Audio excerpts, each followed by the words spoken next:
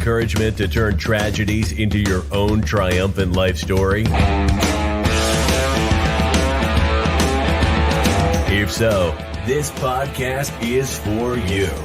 Listen to powerful guests who have persevered through challenges so you can gain strength to build your championship life.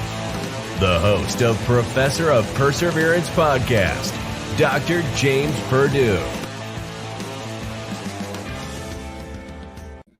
Hey, this is James Purdue. Hey, what you doing up here already, Cheryl? Well, that's okay. We'll just start it off like this. Hey, when you forget to push buttons, good stuff like this happens anyway. So here we go. Hey, that's our guest today, Cheryl Ilov, and she's going to talk to. This is going to be incredible. I think this is fascinating.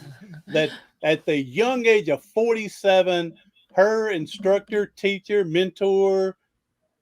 How is she called? With the dojo? Would you say? He's actually my sensei. Mm-hmm. Yes. Talked her into coming out and trying ninja style, Japanese martial art. And she goes, no. Finally, 3 years later, she says, get me on the mat. I'll show you how much I'm not going to like this. I'm not going to do this. You're not going to. And what happens?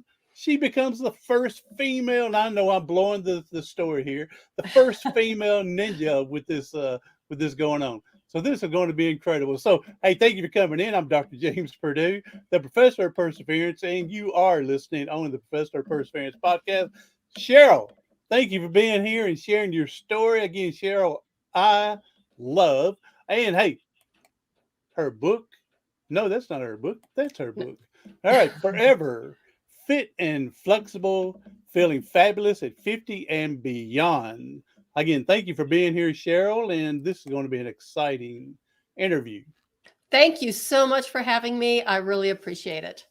Yes, and again, tell everyone else, thank you for sharing your valuable time, because we know that our times are valuable, that you're sharing your time and how we can help other people overcome some adversity, have some motivation, inspiration, some hope, encouragement to know that, hey, I can get past all this and do something better in life. Cheryl, absolutely. I'm going to shut up and give you the platform because I'm fired up. I want to find out about this sensei giving you the good stuff to move forward on that mat and become the first female ninja. All right, it's yours. All righty. Well, thank you so much. I really appreciate it. And it is definitely a long story. But I first met my sensei when I was 44. And he was my acupuncturist before he was my teacher. And the first time I met him, he was putting needles in my legs for the first time. And he got a very far away look on his face and very thoughtful. And he said, with your legs and my coaching, I could teach you how to kill with these things. And I thought, we're talking. You hear the old adage, that, man, she's got killer legs. So really, you do have killer legs. All right, go ahead. Well, I do now, but I didn't then. And I was shocked. I was horrified. I couldn't believe that anybody would think like that, let alone say it out loud. And I'm going, where's my purse? I need to get out of here. But I was literally pinned to the table. So unless I wanted to just jump up with needles sticking out all over me, I was a captive audience. There was nowhere for me to go. So I just thanked him for his offer. And I said, I think I'll just save my killer legs for ballet class, but thanks anyway. And I thought he was nuts, but he was really good at what he did. And he had his martial arts school right next to his clinic, his acupuncture clinic. And I kept going back to him because I liked his work. I liked what he did. And he was really helping me with some issues.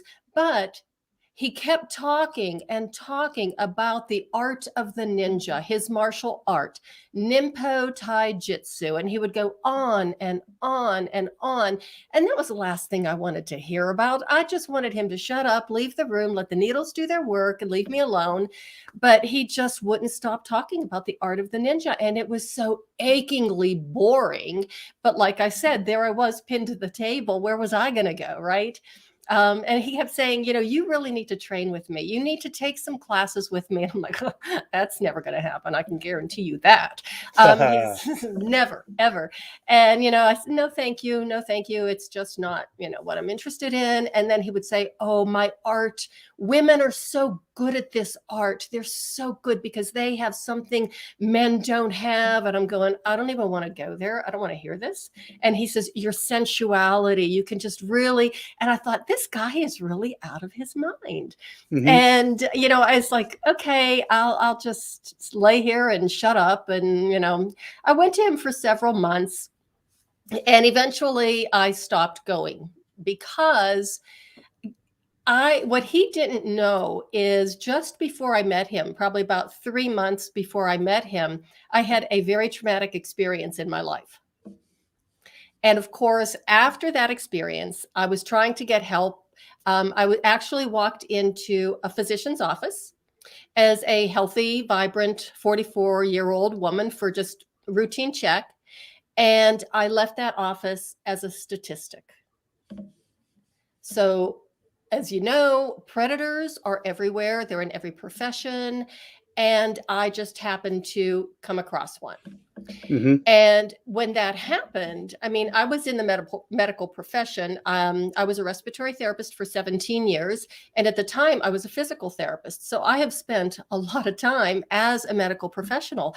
So the fact that this guy could do this, to me, who I felt was, pretty savvy, what was he doing to other women? And I knew that I wasn't the first one. I just intuitively knew, even though the shock and the horror, was muddling my thinking.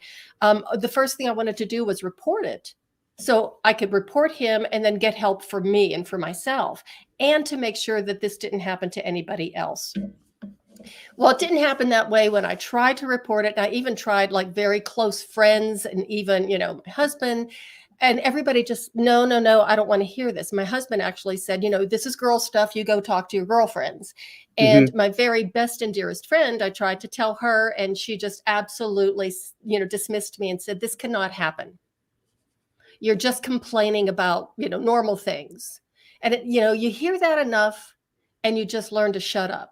So you be quiet, you tuck it down deep inside yourself, and you paste a big old smile on your face, and you just go walking around life pretending that everything is just fine, even though it's not. So eventually you can't keep that suppressed for very long. Eventually it's going to come spewing out. And that did happen. About a year later, it just came spewing out.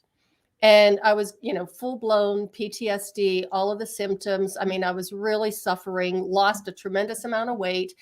And somehow intuitively, I knew nobody would listen to me. I had nobody to talk to. I had nowhere to go. But for some reason, I intuitively knew I could go to my acupuncturist and tell him the story. His name's Mark, by the way. So I went back to Mark, even though I hadn't seen him for quite a long time. And I told him the story. And he said, I always knew that there was something wrong, but I couldn't put my finger on it. And so he was treating me for a lot of the symptoms that I was experiencing. And then his campaign to get me on the mat went into high gear. He kept saying, there is such an incredible healing power in martial arts. And of course, I'm laying there on the table, rolling my eyes. And he said, it will help you heal. It will help you get, recover from this. It will help you get past it. It will help you learn some skills. And I thought, I don't see how hanging around in a smelly dojo with a bunch of sweaty men is going to help me feel better. And it's like, no, this is not my style. I'm just going to have to figure something else out. 2 years later, I was still suffering horribly with the effects of PTSD. And finally, I just said, okay, I will try it. I said, but I'm going to prove to you how much I'm going to hate it and that this isn't going to help me at all. But I will take some classes just to learn a few techniques, and then I'm going to quit. I knew I was going to hate it. But obviously, I didn't hate it. I fell in love with the art. I fell in love with the training, and I really fell in love with a sense of empowerment and strength that I gained through the training, even at the early stages when I had no idea what I was doing. And it was really kind of like almost like a comedy, this middle-aged princess, this aging ballet dancer, in a room full of cavemen, because most of the time I was the only woman in class, even though Mark had assured me he had plenty of women in his dojo, and higher ranking women who would be happy to take me under their wing and teach me the art of the ninja. So I would have a female role model to look up to who would coach me and help me. Well, that just never really happened. So it was just me and a bunch of the guys. And it was so awkward because, number one, here I was wearing this gi in a room full of men that I didn't know. I had no idea what to expect, what was going on. And I was so out of my element and so out of my comfort zone that even for the first year, maybe even 2 years, I was terrified. But I kept going back to class for some reason. And a lot of times I would pull up in front of the dojo, and I'd sit in my car and I would kind of like rock back and forth going, you can do this, you can do this, you can do this. So I would have to build up my courage just and talk myself into going through the door rather than turning the car around and going home. So basically, it took a while. I was in the school, I was taking classes. Well, I'd have to say the first day even. I mean, I was terrified. But there were a lot of things that happened. I learned how to kick somebody, and I actually kicked them with a ballet style of foot right through the gut, and poor man wasn't expecting that. So it's really kind of a funny story there. But even after that first class, on the way home, I giggled all the way home. And I hadn't giggled in a long time, but yet I was still scared. And I went back to class the following week and the following week. And before I knew it, it was time to pay for the second month's tuition. And I'm like, well, I'm really surprised, but I'll write my check. I'm going to come back. And I just kept coming back until after 3 months of being in the dojo, one of the guys badgered me into testing for my yellow belt. And my goal was never to get a black belt. My goal was never even to get a yellow belt. I didn't even want the white belt, but it came with the uniform. There you go. So come with the tuition. Yes, exactly. So basically, he badgered me and badgered me. This one guy, I mean, who is that masked man? But he badgered me until I finally capitulated. And I'm like, just to shut you up. Okay, I'll test for my first level belt. So I did. And I passed. I almost threw up during the test, but I passed. And then 3 months later, the same guy badgers me into testing for the next belt. And so I did it and I passed. And something really funny happened. About 3 months after that, I decided it was time to test for the third level belt. Nobody had to talk me into it. It was my idea. There you go. And from that moment on, I was just starting to slowly and steadily climb up the ranks. Now, early on, you was talking about your sensei, Mark, that trying to convince you to go. I mean, how many times did you tell him that he was cuckoo for Cocoa Puffs, and that he was crazy to think that you're going to get out there? I mean, this is wild. I'm glad his persistence was great. To get you there. I mean, after 3 years, the average person would go, all right, just shut up, she ain't coming. After 1 year, just shut up, she ain't coming. But I love his persistence with this to help you out. Yeah. Well, interestingly enough, I consider myself the most stubborn person on the face of the planet, but I think now that Mark actually has kind of, he's one-upped me. And it's really funny because since I'm talking to the professor of perseverance, the nin in Ninpo, because I studied, my martial art is called Ninpo Taijutsu. And nin is actually a character, the Japanese character that represents patience, and perseverance. Oh, well, awesome. Mm-hmm. There we go. So those are the two of the most, well, I wouldn't say they're the most important, but they're two very important characteristics and traits of the ninja that we aspire to as we're doing the training, because you just, you pick yourself up and you just keep on going no matter what happens. So now, how long did you continue this to get your black belt, and when are you considered a ninja? With the first yellow belt, you're considered a baby ninja, or is you're full blown ninja once you get black belt? I mean, how far along is to all that to be determined a ninja? But again, how long did it take you to get to your black belt? Okay, so okay, I first guess of all, maybe two different things, I guess. two different things. So let's go start with the ninja. When are you officially a ninja? And you get the little like ninja Yeah. badge and all that kind of stuff, and your little card, and I'm a ninja. Um, it's one of those things that happens gradually. When Mark used to tell me that he was a ninja, it's like, how old are you? I thought, Yeah. this is so stupid. You look Yeah. like an adult, you don't I talk like remember one. watching Bruce Lee on TV. It's Yeah. like, and the funny thing is, oh gosh, I hope he doesn't listen to this. Sorry, Mark, but he knows this anyhow. No, I mean, Mark, come on, listen, and you can tell stories about her. Come on, man, contact me. well, let me tell you something. Mark and I we ended up having a very tight relationship, and we know where each other's bodies are buried. So we know all of each other's There you secrets. go. There you go. There you But he go. doesn't look like somebody who could do, I mean, he looks kind of like little geeky and, kind of dorky, and, just you wouldn't believe that he has the skills that he does. And he would always laugh and say that that's part of, the traits of the ninja. That's his ninja disguise. And one time I Hmm. was leaving the dojo, and he was sitting with another one of his black belts, his instructor black belts. And he was kind of a chubby guy. And when I turned, and they were out of their gis, they were in their street clothes. And when I turned to leave and to bow one last time, because you always do that to pay respects, and I looked at the two of them and I bust out laughing. And I said, nobody would ever, ever expect that you had the skills that you do. You just look so dorky. And Mark just kind of gave me his dorky look, and the other gentleman grabbed his belly because he was a little chubby, and he jiggled his tummy, and he says, this is my ninja disguise.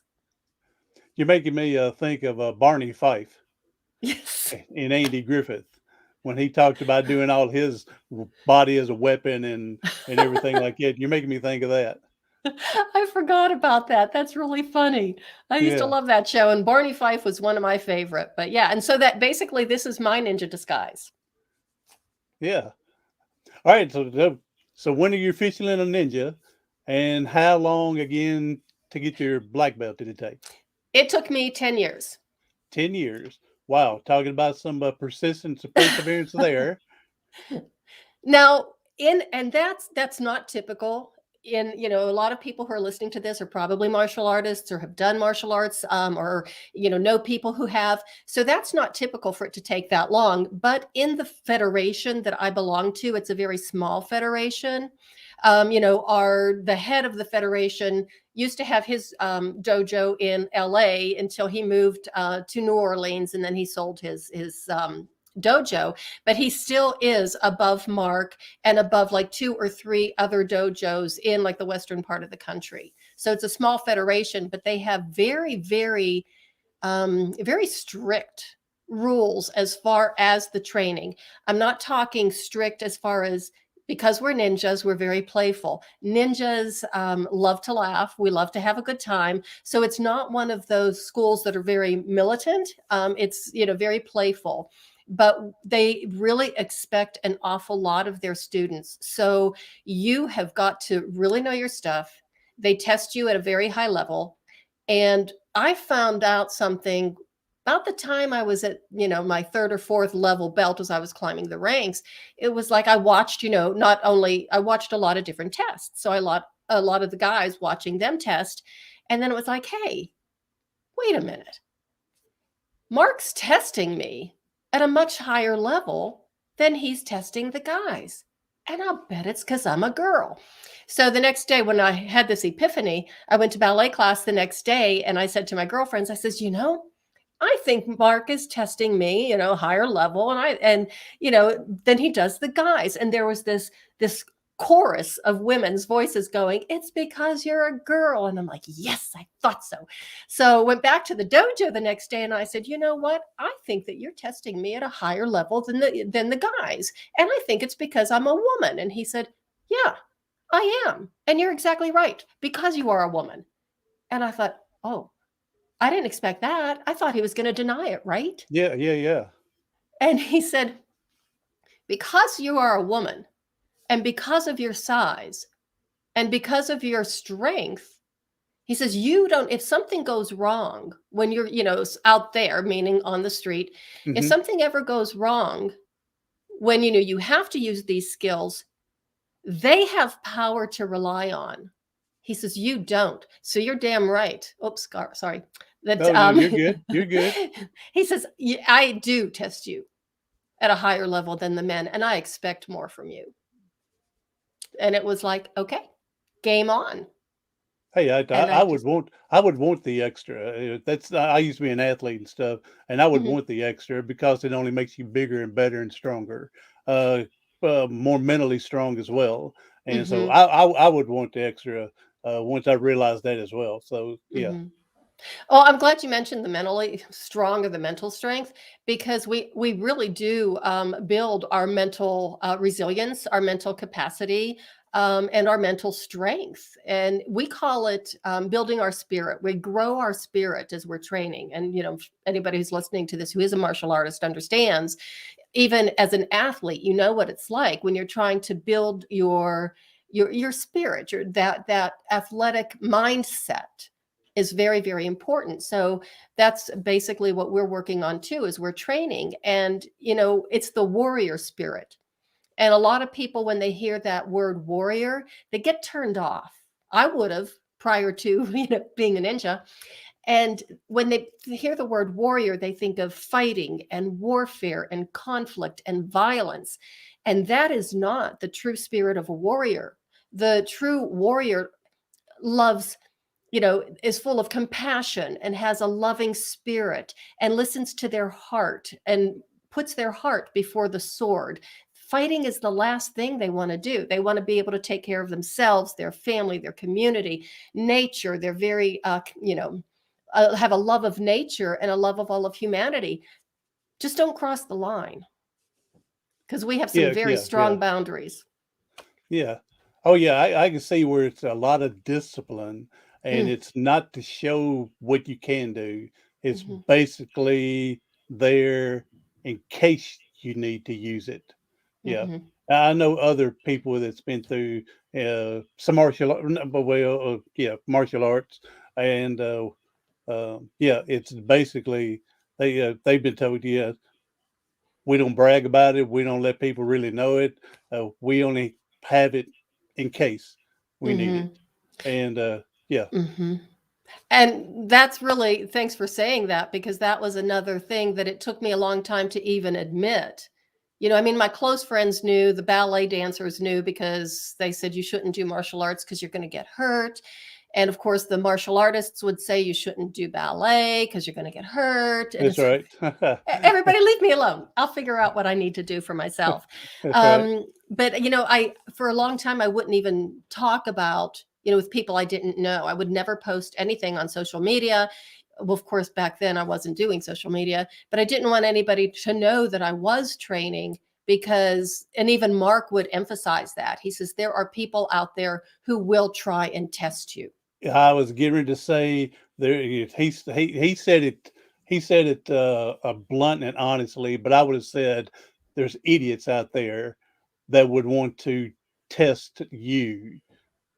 Yeah, just because they're idiots, Mhm. to you go a ninja. Oh yeah, right. And then they would, yeah, yeah, Let's see what you can do. Mhm. yeah, exactly. And there's people out there that, yeah, that they can't handle their own situation, so they want to throw it around to try to embarrass someone else. And of course, Exactly. the majority of the time, it backfires on them. Mhm. And So, yeah, and we know how to turn that negative energy around. So hopefully, yeah. But interestingly enough, my father was a martial artist. He had a black belt in karate, and he probably okay. started training when he was in his late 30s, maybe 40. I'm not really sure. And of course, I have four sisters. So he always was trying to get my sisters and I to come to the gym and learn a few things because, wanting us to be able to protect ourselves. And, Hmm. it's like, never, ever, no, ooh, ooh. So my father put it when I started training. Of course, everybody was shocked to death. But my father said that in a much more crude way. He says, there's always going to be some idiot, but he used a different word out Hmm. there who's going to try and test you and try and humiliate you. Yeah, and that's I can see again why people like you, other people, they don't go around bragging or letting Hmm. people know that I'm this well trained in whatever it is. Okay. Hmm. Because too many stupid people will go, yeah, let's see what can happen here. Let me show you. And of course, especially when they get that liquid courage in them, some alcohol, and then want to prove to their buddies, you know, Hmm. and yeah. So yeah, I can see I've never had any karate, martial art, anything like that. And so, but I could see again, yeah, why people would not advertise it Hmm. just because of Hmm. that. Yeah, And it's interesting because people will ask me even now, and I still do train, by the way. I still do take classes, and I'm working on my next level black belt, so that's another story. But let me see, where was I going with this? As far as, oh yeah, people would ask me, have you ever had to use it? And I yeah, said, I use it every day. Every single day I use the mindset, especially if I'm having a bad day and I need to kind of turn it around. I remember the life's lessons and the things that I've learned in training, and I get back into that kind of mindset, and then it's like I can turn my day around. But it's really funny because when you have the skills, you have some, like, either I don't know what it is, but people can sense you have some sort of like an energy around you that people don't mess with you. And now predators are looking for an easy target. And and if they you they know how to recognize that. They right. they they they look for the ones that the low self-esteem, the low Hmm. confidence, walking with their head down, not wanting to look people in the eye. They know what they're looking for. They know to stay away from someone like you. Hmm. Because Exactly. you had this confident, this bestowal of you out there that you're Hmm. not. Yeah, yeah. These people, the predators, they know what they're looking for. Yeah, Hmm. exactly. Now, when you said that people would ask, have you used it? And then you go, I use it every day. And then you would be, I would be going, no, no, no. Have you used it in a defense mechanism against somebody? I want to come back with that. Don't I'm glad you're using it every day to get your mind right and everything. No, I want to know, have you used it? Have you had to come out defensively, take care of somebody? Yes, but not in the way that you might think. One of the first things we learn in our training is get out of the way of an attack, how to evade the attack. And I was so good at it. Even as a white belt, I was the best student in the room because anytime one of the guys went Yeah, to because you grab didn't want to me, be there. Remember it with the white belt. You don't want to be. You're going to show them why you didn't want to be there. So yeah, I can see why you'd be the best at that time. I'll show you. I told you I don't want to be here. You need me to evade? Heck, I'm heading to my car right now. that's exactly what would happen. The guys would try and attack me, and I would flip my gi top over my head and go running off the mat, screaming, "Don't touch me!" And they would say, "Get back here! I haven't even attacked you yet." And I'm like, "I'm just going to hide in the dressing room until class is over. I'm not getting back on the mat. I'm not stupid." And they Yeah. would complain to Mark, and they would say, "She's cheating." And he said, "She got out of the way. That's the whole point." So after I got more comfortable and I stopped running off the mat and I would let them attack me and I'd be able to get a little bit closer, the next thing you learn is wait, evade, escape, wait, evade, and redirect. Oh my gosh, I'm a terrible ninja. I forgot the second one. Deflect, There we evade, go. deflect, and redirect. So when you think about it, attacks come in all forms, not just physical attacks. Oh yes, oh yes, oh yes. Especially nowadays with this social media and people getting all these dummy accounts, burn accounts, where they go in and make fun of people and bully people, and because they're hiding behind that mystery, the burning account, that no one knows it's them. Oh yeah, there's many different ways to attack people that you don't have to do it physically, Yeah. mentally, emotionally, spiritually. Everybody's being attacked every day. Yeah. So all right, go ahead. I'm sorry. No, that's an excellent point. That's exactly the point I was going to make. And thank you for bringing up the social media. It's easy to be brave when you're hiding behind a screen or you're hiding behind a persona and nobody knows who you are and they can't call you on it. So bullies are cowards, basically. And Oh when you yes. Oh expose yeah. them for what they are, they just go running, with their tail between their legs and they go back and hide in their basement again.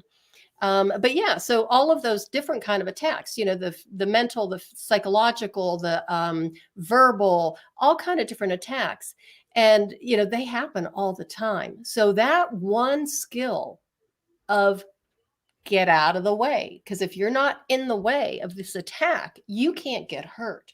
And it's the same thing even with social media. If somebody starts to try and press your buttons or push your buttons, what's the best thing you can do is not respond Yeah, because because they're they looking. want.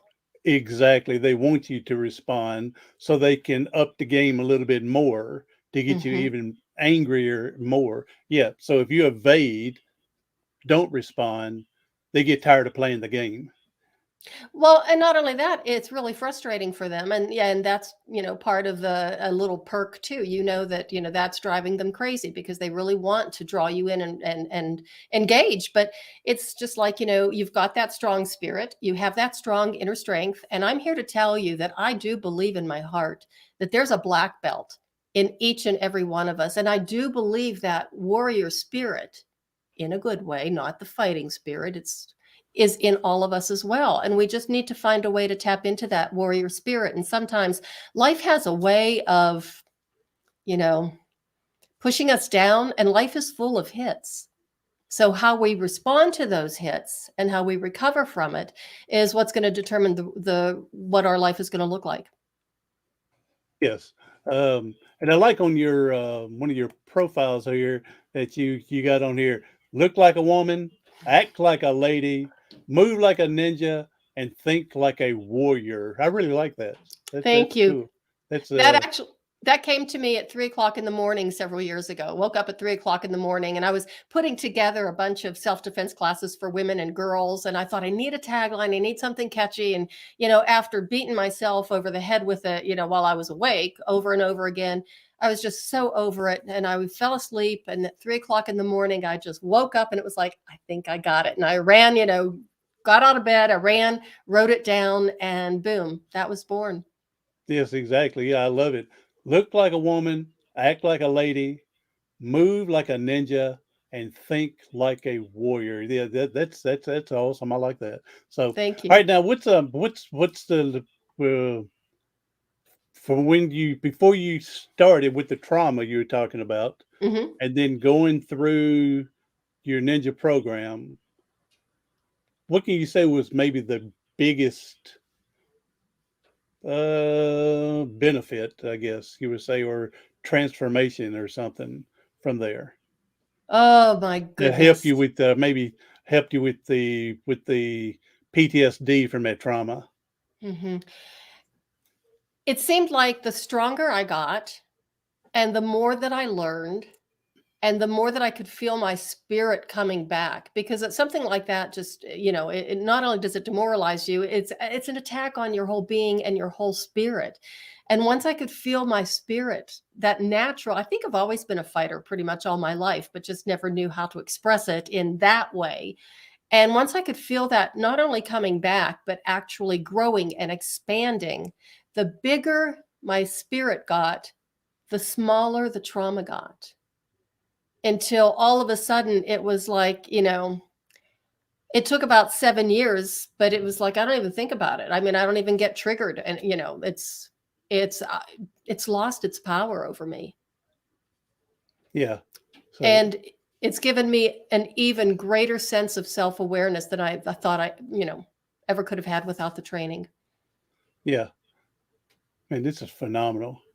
Oh, I'm, thank I'm you. loving your story. So now, what one or two piece of information could you give to other? I know you're mostly uh, niche is with women, but Hmm. men can substitute that Hmm. women out and put a man in there. But what Hmm. maybe two pieces of advice you can Hmm. give them to help them get through a situation? Well, not only, I mean, my niche really is with women, but not really. I work a lot with men, and I've seen a lot of the guys in the dojo would seek me out for advice and for help rather than going to sensei or one of the other black belts, because they knew I wouldn't judge, and I'm very comfortable with them, and they Hmm. were very comfortable with me. But one piece of advice is that, you are stronger than you think you are. Amen. I tell I And tell I tell people that sometimes we go through a challenge in life, adversity, difficulty, struggle, however you want to put it, and it's to prove to us how strong we really are. Mhm. All Yeah, right, I'm sorry I interrupted you. I'm sorry, no, but I'm gonna you hit a passion of mine right then. So I'm going go to ahead. parrot you, and I'm going to say amen to what you said. Amen. We are Yeah. stronger than we think we are. And, life is full, like I said, of hits. And we all go through hard times, adversity, challenges, traumas, and the way that we respond to them. So just understand, even if you're going through something right now that's really horrible, it's not going to last. You do have tools. There are ways that you can get through it. So that's, the one thing I really want the listeners to understand. And the other thing, you could have even simple things like the way you stand, walk, and move can really make a difference in feeling like you're defeated or feeling like you've got some strength and power in you. Yes, that goes back to again the confidence level. These Hmm. predators, they know what they're looking for because they can see your outside shell, and then they realize when they get to talking to you, then they're learning more about you. Jay, Hmm. right? Thank you for coming in, buddy. I appreciate it, and he says amen as well. So thank you, Amen. Jay. Yeah. Thank you, Jay, for coming in, buddy. I hope you're doing great, and I hope you're having a great day as well. So, um, all right, Cheryl. Hey, man, this has Yes. been. I say, man, you're more of a man than I am with that ninja. So, That's so uh, funny. but no, I appreciate this. This has been exciting.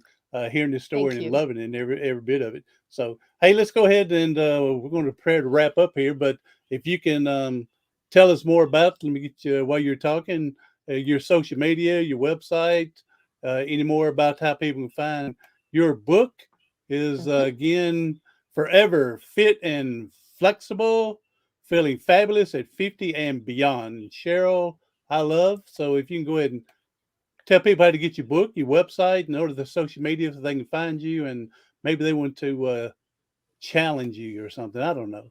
Oh, that'd be great. Okay, so you can find my book on Amazon. You can go to my website, which is just CherylIlov.com. You can find it there. You can learn a lot more about me. If you sign up for my newsletter, I have 3 recorded audio recordings, meditation through movement lessons that you have access to if you want to try that. I also have another book coming out soon. Hopefully, I have a call with my editor today. So hopefully, I'm thinking it's going to be maybe about a month or so from now.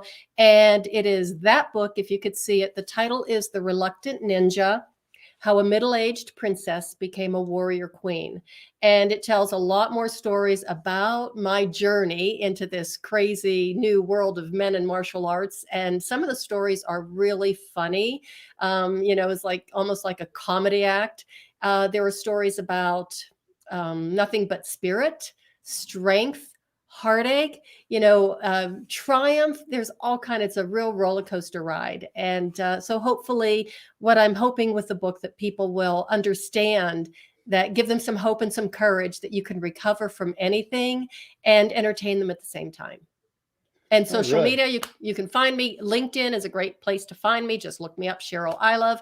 I'm on Facebook and Twitter. Yeah. So connect with me. I'd love to talk to people. Love to hear from you. And for the ones that are listening, not watching on YouTube or Facebook at the moment, for the ones listening, again, she just says basically go Google Cheryl Ilov, and that's CHERYL, then ILOV. So for that one, and to finish off here with here, I just love her tag she has. Look like a woman, act like a lady, move like a ninja, and think like a warrior. Cheryl, thank you for being here. I'm going to ask you one more thing here, and it may be something you already mentioned, but if you can, we know people are hurting and struggling today, and if you can leave us with a powerful message to help them get through today, that's going to be a blessing for all of us. Oh, what we believe is what we become. And people sometimes will put labels on us. And the victim label is way overused. Don't let anybody put that label on you. And remember that you can heal from anything. There we go. Thank you. And we can heal from everything, anything and everything as well. Yeah. It may take a little longer in some things, but as long as we keep persevering, we'll be able to be triumphant. So, Cheryl, again, thank you for being here. This has been incredible listening to your journey. It gives me a little encouragement today again, and some hope and things like that.